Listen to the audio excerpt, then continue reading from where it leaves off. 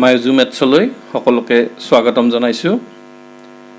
আজি আমি আলোচনা কৰিম সূচক মানে ইংৰাজীত কয় এক্সপোনেণ্ট কি, ঘাত ইংৰাজীত কয় পাৱাৰ মানে কি, আৰু এক্সপোনেণ্ট আৰু পাৱাৰ সূচক আৰু ঘাতৰ কিবা পাৰ্থক্য আছে নেকি, নে দুইটাই একে কথা, এই বিষয়ে আমি আলোচনা কৰিম। তেতিয়াহ'লে আমি ইয়াতে এটা সংখ্যা ল'লোঁ, ধৰক 16। 16টোক আমি এনেকৈ লিখিব পাৰোঁ 2 পূৰণ 2 পূৰণ 2 পূৰণ 2। এতিয়া ইমানবিলাক 2 পূৰণ নিলিখি এইটো দীঘল হ'ব। আমি তাৰ যদি চুটিকৈ লিখোঁ, ইয়াক এনেকৈ লিখিম যে 2 কেইটা পূৰণ হৈ আছে, 4টা পূৰণ হৈ আছে। এইটো হ'ল চিম্বলিক। সংক্ষিপ্ত ৰূপত যদি আমি লিখোঁ, ইমান দীঘল কথাটো 2 পূৰণ 2 পূৰণ 2 পূৰণ 2, ইয়াক আমি যদি এনেকৈ লিখোঁ এইটো আকাৰত, এইটো কয় সংক্ষিপ্ত ৰূপ। 2 ওপৰত এটা সৰুকৈ 4 লিখি দিম, তাৰমানে 2 4 বাৰ পূৰণ হৈ আছে। এই ৰূপটোক কয় 16ৰ সূচকীয় ৰূপ। কি বুলি কয়? সূচকীয় ৰূপ।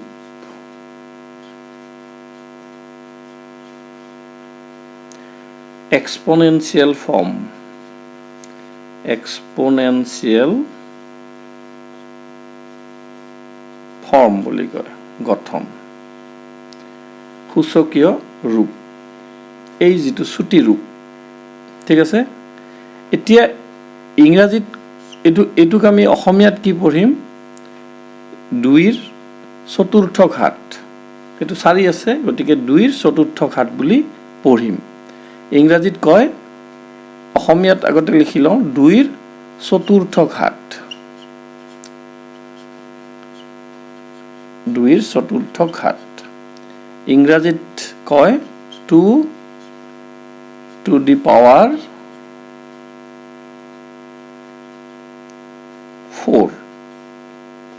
2ৰ চতুৰ্থ ঘাত ইংৰাজীত কয় 2 to the power 4। এতিয়া 2 to the power 4ক ইয়াত এই 2টো হ'ল ভূমি। 2 হ'ল ভূমি। ইংৰাজীত কয় বেছ, BASE, বেছ। আৰু এই 4টোক কয় সূচক। সূচকৰ ইংৰাজীটো হ'ল এক্সপোনেণ্ট। এক্সপোনেণ্ট। আৰু সেইকাৰণে 2 to the power 4 এই চুটি ফৰ্মটোক, গঠনটোক, ৰূপটোক 16ৰ কি বুলি কয়? সূচকীয় ৰূপ। কাৰণ 4টোৰ নাম হ'ল সূচক, সেইকাৰণে এই গঠনটোক কয়, এই ৰূপটোক কয় সূচকীয় ৰূপ। যিকোনো এটা সংখ্যাৰ ওপৰত যদি সৰুকৈ এনেকৈ লিখা থাকে, তাৰ মানে আমি বুজিম কি? এইটোৰ অৰ্থ কি? যে 3 কেইটা পূৰণ হৈ আছে? 5টা 3 পূৰণ হৈ আছে, অৰ্থাৎ 3 5 বাৰ পূৰণ হৈ আছে। 5 নহয়, ইয়াত কি হ'ব? 3 হ'ব ন? 3 কেইটা পূৰণ হৈ আছে? 5টা পূৰণ হৈ আছে। ইয়াত এই 5টো হ'ল সূচক, আৰু এই 3টোক কয় ভূমি। গতিকে এই যিটো সংক্ষিপ্ত ৰূপ, কাৰ সংক্ষিপ্ত ৰূপ? এইকেইটা পূৰণ কৰিলে কিবা এটা হ'ব নহয়। 3 3 গুণ 9, তাৰপিছত 3 9 গুণ 27 নহয়, আৰু 3 9 কিমান হ'ব? 7 9 গুণ 63, 6 9 2 গুণ 18, আৰু 6 24। এইখিনি পূৰণ কৰিলে কি হ'ব? 243। এতিয়া এই 243ৰ এইটো হ'ল সংক্ষিপ্ত ৰূপ, 3 to the power 5। ইয়াকে কয় সূচকীয় ৰূপ। 243ৰ সূচকীয় ৰূপ। 16ৰ সূচকীয় ৰূপ হ'ল 2 to the power 4। ঠিক আছে, এইখিনি ক্লিয়াৰ হ'ল। তেতিয়াহ'লে এইখিনি মচি দিওঁ।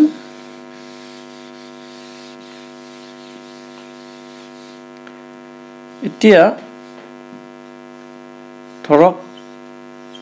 1000 1000ক আমি এনেকৈ লিখিব পাৰোঁ 10 পূৰণ 10 পূৰণ 10 ইয়াক আমি এনেকৈ লিখিব পাৰোঁ সূচকীয় ৰূপত যদি লিখোঁ 10 কেইটা পূৰণ হৈ আছে 3টা তেতিয়াহ'লে ইয়াত সূচক কি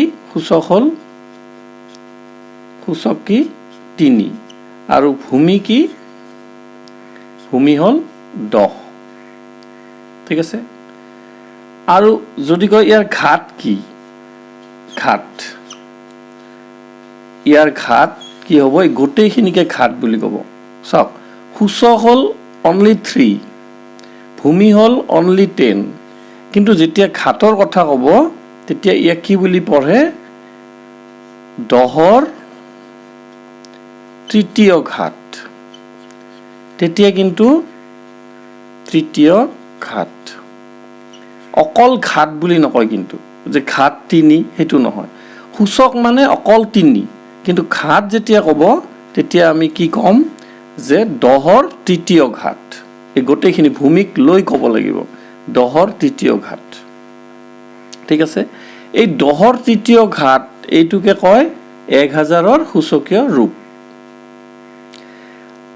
আমাৰ সাধাৰণতে সূচক আৰু ঘাতত ল'ৰা ছোৱালীৰ অলপ অসুবিধা হয় নহয় আমাক যদি প্ৰশ্নটো সোধে যে ইয়াৰ ঘাত কি আচলতে সেই প্ৰশ্নটো ভুল ইয়াৰ ঘাত যদি সোধে যে 10 to the power 3 এই যে 10 to the power ঘাতৰ ইংৰাজীটো কি পাৱাৰ 10 to the power 3 তাৰ মানে পাৱাৰ কিমান 3 এনেকৈ বুজে নহয় 10 to the power 3 10ৰ তৃতীয় ঘাত তাৰ মানে ঘাত 3 সেইকাৰণে পাৱাৰ আৰু এক্সপোনেণ্ট এই দুটাৰ উলট পালট লাগে কাৰণ এইটো পঢ়োতে 10ৰ তৃতীয় ঘাত তাৰ মানে ঘাত কিমান 3 বুলি বুজা যায় এইটো পঢ়ি তেনেকুৱা যেন লাগে সেইকাৰণে আমাক যদি সোধে 10 to the power 3 ৰ পাৱাৰ কিমান বা ঘাত কিমান তেতিয়া 3 বুলি কম নহয় তেতিয়াহ'লে সূচকটো 3 গতিকে 3 ঘাত আৰু সূচকৰ পাৰ্থক্য কি এইটোত অলপ কনফিউজন হয়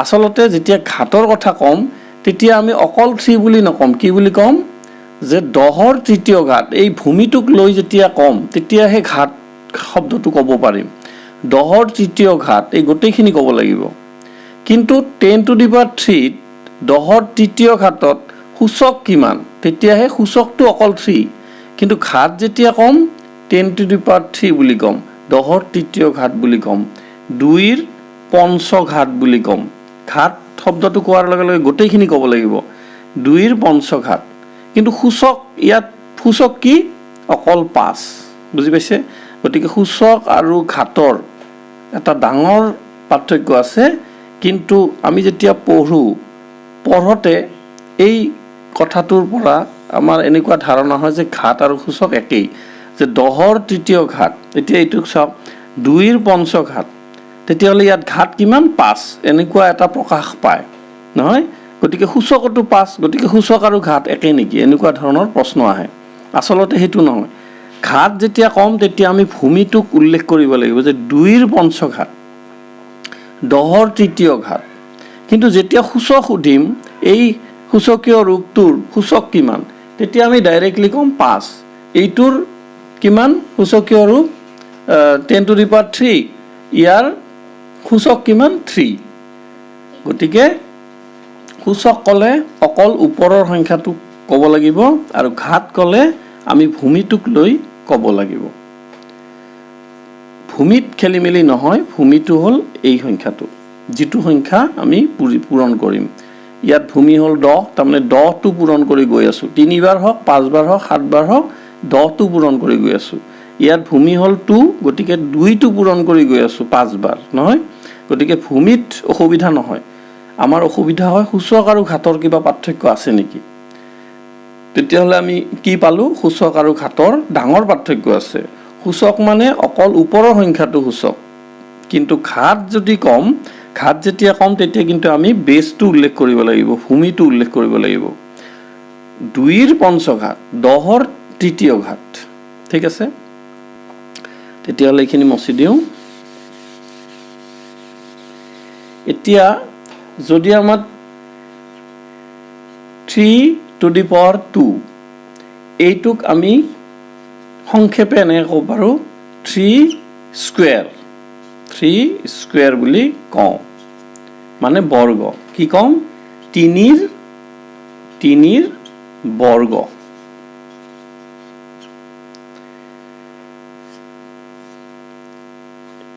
তিনিৰ দ্বিতীয় ঘাত, যদি দ্বিতীয় ঘাত থাকে যিকোনো এটা ভূমিৰ, তেতিয়াহ'লে আমি ইয়াক সংক্ষেপে কি ক'ব পাৰোঁ? 3ৰ বৰ্গ ক'ব পাৰোঁ। যদি এৰ ওপৰত 2 থাকে, অৰ্থাৎ এৰ সূচকটো যদি 2 হয়, তেতিয়া ইয়াক কি ক'ব পাৰোঁ? এৰ বৰ্গ বা এ স্কুৱেৰ।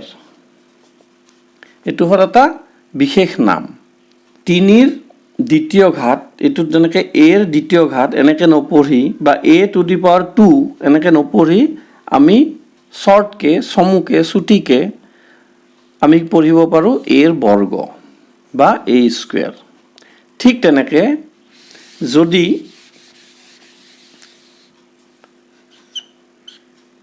5⁵টোক যদি ওপৰত মানে সূচকটো যদি 3 থাকে, তেতিয়াহ'লে আমি সংক্ষেপে এনেকৈ ক'ব পাৰোঁ 5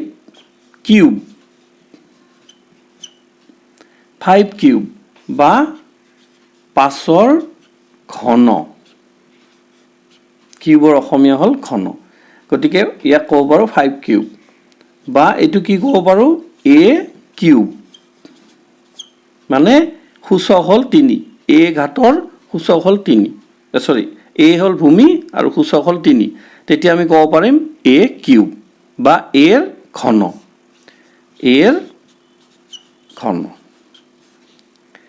গতিকে এইটো এটা বিশেষ নাম। আমি এনেকৈ নপঢ়ি দীঘলকৈ ইয়াত এনেকৈও পঢ়িব পাৰোঁ। কি পঢ়িম? যে 5ৰ তৃতীয় ঘাত। 5ৰ তৃতীয় ঘাত, এইটোক আচলতে এনেকৈ পঢ়িব লাগিছিল, নহয়? 5ৰ তৃতীয় ঘাত, কিন্তু 5ৰ তৃতীয় ঘাতক আমি চমুকৈ এইটো ধৰি লৈছোঁ যে 5ৰ তৃতীয় ঘাত বুলি নকৈ আমি 5ৰ ঘন বুলি ক'ব পাৰিম। এৰ তৃতীয় ঘাত বুলি নকৈ এৰ ঘন বুলি ক'ব পাৰিম, বা ইংৰাজীত এ কিউব বুলি ক'ব পাৰিম। ইংৰাজীত এইটোক যদি দীঘলকৈ কওঁ, কি ক'ম? 5⁵।